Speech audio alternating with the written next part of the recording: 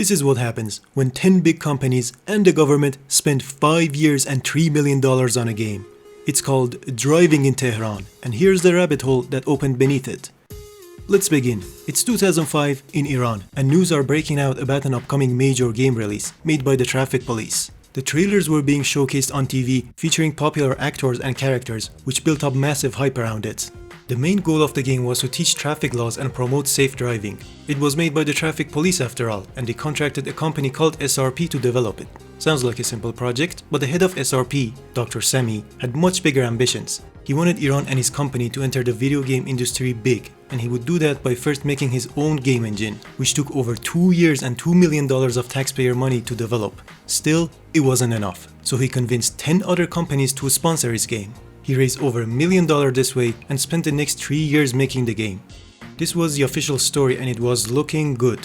70 people spent 500,000 hours on the game and recreated one of the Tehran's 22 districts with advanced traffic AI and physics, totaling to over 10,000 lines of code. I'm sure they made millions.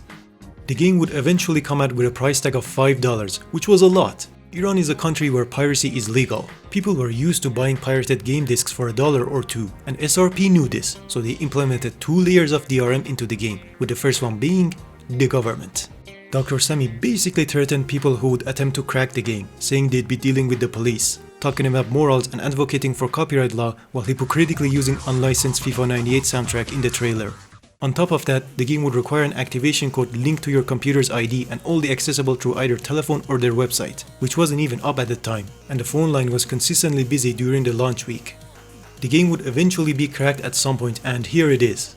The main menu offers us with 2 paths that lead to 5 different endings, so here's the story. This guy owns a taxi company, with his employees consisting of Sia and Hutan families. The Hutan family are the good guys. They get paid minimum wage to make this guy lots of money. The Sia family, however, is more ambitious. They feel like they're not compensated for years of hard work at the taxi company, so they decide to meet the owner in the countryside and discuss business. It's all going well until Sia decides to shamelessly plug one of the game's sponsors into the conversation, which is his Dark Piss soda company.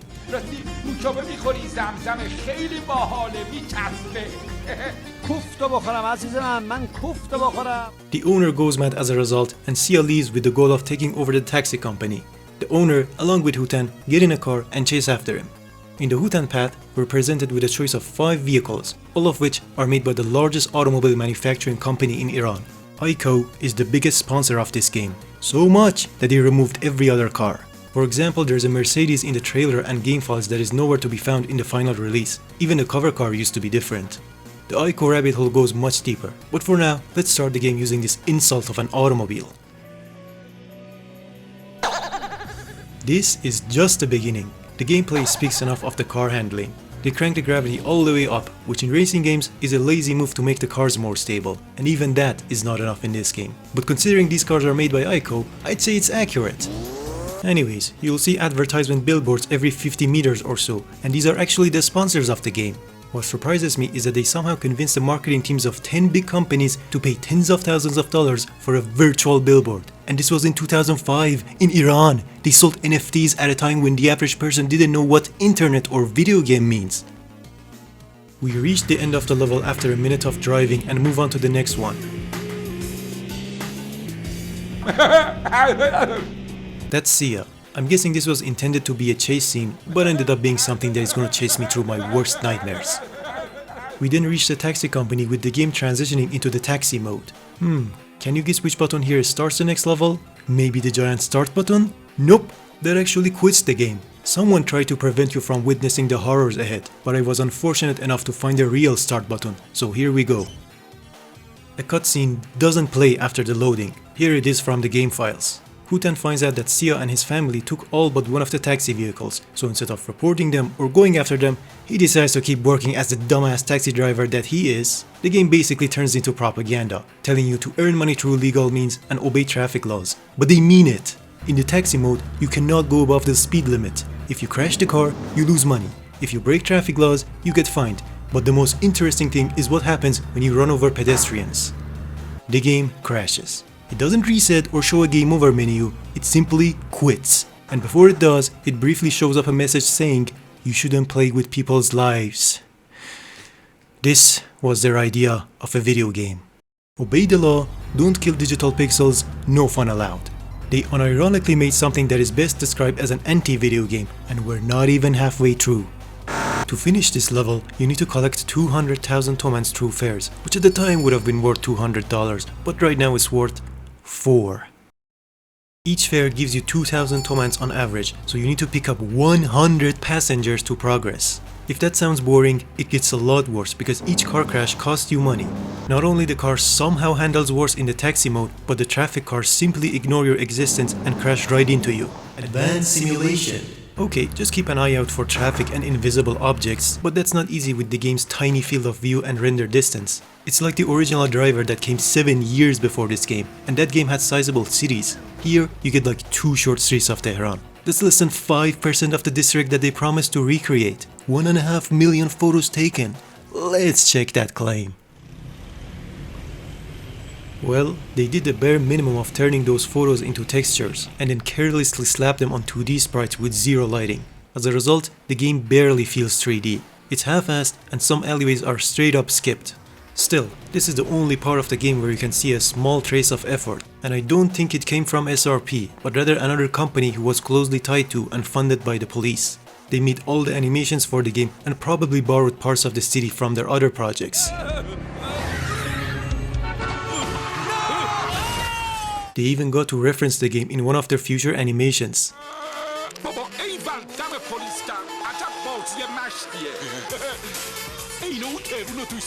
This animation contains unseen footage showcasing police cars that are absent in the final release. There are actually unused voice files related to police chatter, and they are hilariously awful since they didn't have voice actors. The biggest anomaly, however, is this Warcraft trailer in the movies folder. Alongside it, there are much better looking renders that make you question what went wrong. We'll get to that, but for now, we need to collect $4 to progress. But if you get fined a total of $12 instead, you get a bad ending. Not only you can randomly get fined, but the traffic law isn't exactly clear in the game, which you know was the whole point of it. You can buy back the Sia family after collecting $4. The ending cinematic is just a generic scene with text written on top of it, and the audio is completely messed up. In the bad ending, Sia will open up a new taxi company, which will bankrupt yours. Very sad. Anyways, we still have to play as Sia in the other story branch. So after taking over the taxi company, Sia gets a phone call. Apparently, the owner of the taxi company is in bad health. Sia has a sudden change of heart and rushes over to help him. Just don't ask how he got his hands on an ambulance or how the character models look. If you're too late, the owner dies, cry emoji. But otherwise, you'll need to pay 1 million Tomans in hospital fees since the owner doesn't have insurance. Funnily enough, 2 of this game's sponsors are insurance companies. They filled half the game with advertisements but forgot to mention them when they had the perfect opportunity. And guess how you're going to save up the money? Yeah, it's the same thing as before with 5 times the amount. If only there was a faster way, but they removed the bad ending from this path. Here's the cutscene from the game files.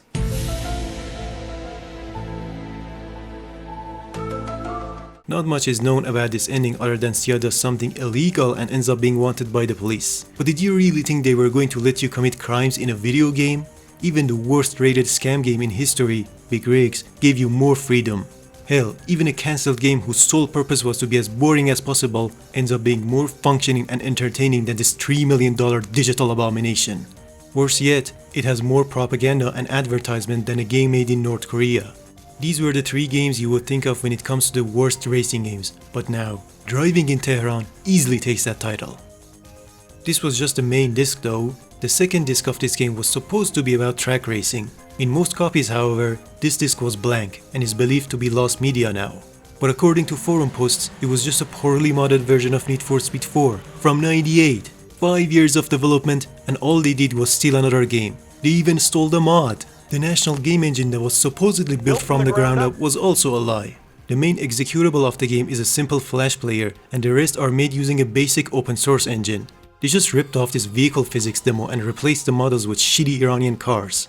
Except these cars aren't even Iranian, which gets us back to IKCO. They contributed so much to the game that they have a dedicated movie accessible in the main menu. It's basically just a long advertisement showcasing their achievements, but let's look at them, shall we? They started out by making Hillman arrows in the 60s. Hillman, however, is based in Britain. Now in the 90s, they started manufacturing various models of Peugeot. Peugeot, however, is a French company. For 30 years they never made a car themselves, but in 2001 they introduced Samand, the national car. Their slogan, which can also be found in the game, was Samand the Iranian car. So was it? Samand takes most of its components from the same old Peugeots. They called it a new car, when in reality it was just a reskin of something they didn't even make themselves. Even to this date they're pulling the same shit, and it's not cheap. These 30-year-old jalopies go for over $9,000 new, which is roughly 3 years worth of average income if you somehow ignore the rapid inflation. And despite this, the company keeps losing money. How is that possible? The long answer can fill another video, but short answer, people steal money, cause there's no way that any of those $3 million went towards developing the game. So where did it go? In Dr. Sammy's pockets, of course, but we need more proof. Where are SRP and Dr. Sammy today? Aside from forum discussions, here's every website that has an article about driving in Tehran. The first one is written by one of the biggest Iranian news publications, and it's entirely false. As usual, they claim the game was translated to 2 other languages and have won an international award in a summit that isn't about video games before the game was even released. There's also the archived version of SRP's website that remained up until 2008.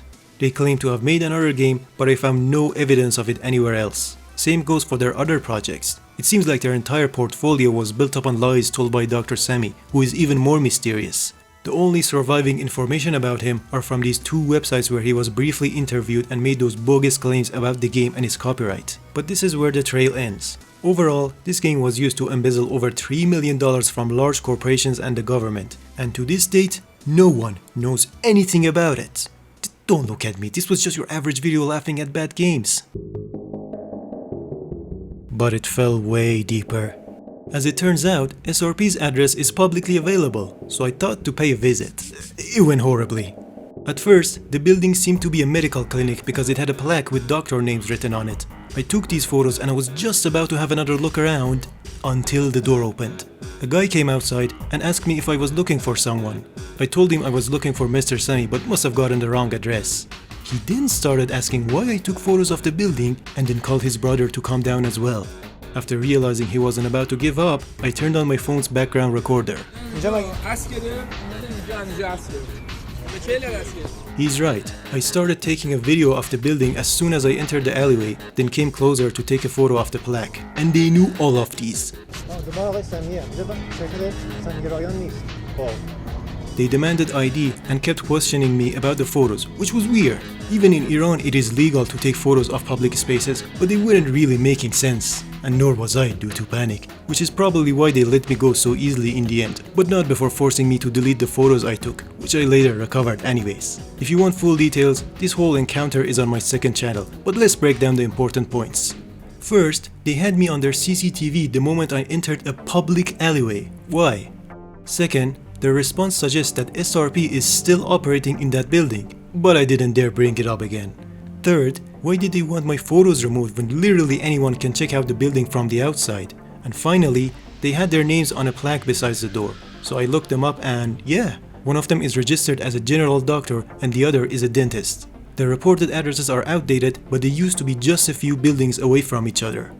I also tried calling SRP's phone number, but it was blocked, which usually only happens if you don't pay the phone bill. So why are a bunch of doctors so paranoid about a random dude taking photos of their building to the point of actively watching their cameras? Shouldn't they be busy with patients in the middle of a working day? Why open up a clinic in such an inaccessible and relatively uncrowded part of central Tehran? Why not update your address? And most importantly, what ties do they have to SRP? I don't know, this whole thing is not making any sense. It is clear though that something fishy is going on at SRP's address, but I'm not getting paid enough to look into this any further. There's just one more loose end left to address. This guy. Well, he used to be a very popular TV presenter and is still active to this date. I emailed him asking if he remembers anything, but got no response so far. This digital abomination can now be downloaded from the Internet Archive, but there's a high chance you won't be able to run it on modern systems. Good. In the end, Driving in Tehran managed to scam everyone while still managing to look good to the general public. And 17 years later, another game would follow in its footsteps.